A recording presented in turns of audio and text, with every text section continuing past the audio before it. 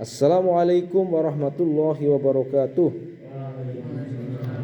Hamdan wa syukran lillah, salatan wassalaman ala rasulillah, amma ba'd.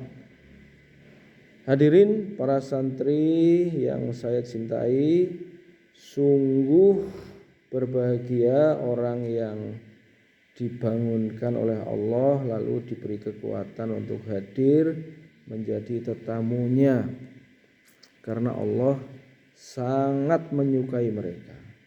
Kepadanya diberikan rahmat, diberikan sakinat, diberikan maghfirah, bahkan dibanggakan di hadapan majelis para malaikat. Belum lagi derap langkahnya menggugurkan dosa dan meningkatkan derajat.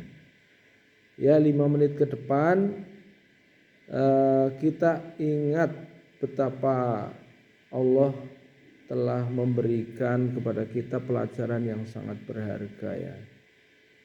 Terutama adalah firman-firman Allah dalam Al-Quran dan hadis-hadis Nabi sebagai pedoman umat Islam dalam menjalani kehidupan. Begitu banyak terbentang ilmu-ilmu Allah dan hadis-hadis Nabi, ya. Dalam hadis Arba'in yang merupakan kumpulan hadis-hadis sahih yang ditulis oleh Imam Nawawi itu, ya, itu aja 40 hadis yang mestinya kita semua hafal, ya. Coba urutannya, dari urutan pertama hadis 1 tentang niat. Ini kan menjadi pondasi bahwa segala amal, sahnya amal bergantung dari niat. Mulai kita beramal harus pasang niat yang baik, ya. Hadis kedua tentang tingkatan dan derajat orang Islam. Jadi orang Islam itu pertama, derajat yang paling rendah itu mengucapkan syahadat. Itulah kemudian yang disebut sebagai muslim. Kemudian muslim saja tidak cukup hanya mengucapkan syahadat. Oleh karena itu harus didukung dengan keyakinan yang benar kepada Allah, membersihkan hati kita hanya kepada Allah. Maka nanti akan meningkat menjadi mukmin. Jadi ada Islam, ada iman, kan gitu. Nah, iman saja belum cukup, maka perlu bagaimana kadar imannya sedemikian rupa sehingga kita merasa selalu dilihat, diawasi Allah dalam setiap saat dan keadaan. Inilah yang disebut dengan ihsan. Orangnya disebut muhsin. Kan gitu.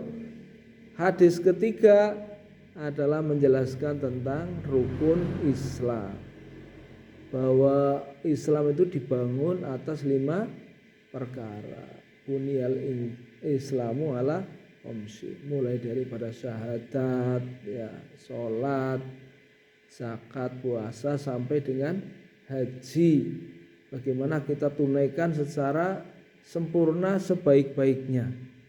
Kalau belum haji tapi ingin dapat pahala haji, gampang caranya. Ya, kita ngaji, membuat majelis dzikir di masjid sampai syuruk. Ya, syuruk itu matahari terbit itu, ya, sekitar 100 menit setelah subuh atau 9 menit setelah subuh melakukan sholat isyraq, ya. Barang siapa yang melakukan sholat isyraq maka akan diberikan pahala haji dan umroh yang mabrur, diulangi 3 kali.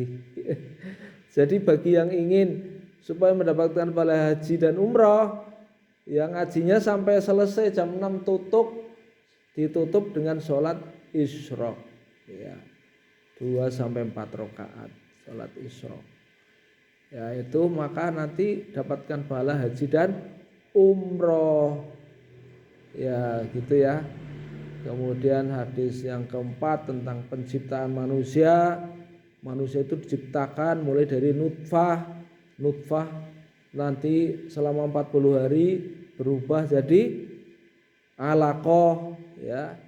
Alaqah itu kayak darah gitu ya, menggumpal ya. Nanti tambah 40 hari lagi akan berubah menjadi mudghah. Mudghah itu segumpal daging. Nanti daging kasih tulang daging, 40 hari berikutnya Allah tiupkan roh. Nah itu dipaparkan secara detail di hadis arba'in ya. Ini nanti kalian ya, di sini kan ada perpustakaan itu. Jadi saya minta ada tingkatan-tingkatan santri ya. Santri yang terbaik adalah yang mampu mengamalkan Islam sebaik-baiknya. Termasuk mendayagunakan perpustakaan ya, belajar mandiri ya. Kalau kurang buku nanti belikan lagi ya. Itu buku-buku yang ada di perpus silahkan dipelajari. Jangan menggunakan waktu luang untuk game ya. Saya nyatakan game itu haram karena banyak mudorotnya. Banyak orang yang gemblung karena sudah terkena game ya. Jadi salah satu faktor orang gila gemblung itu game.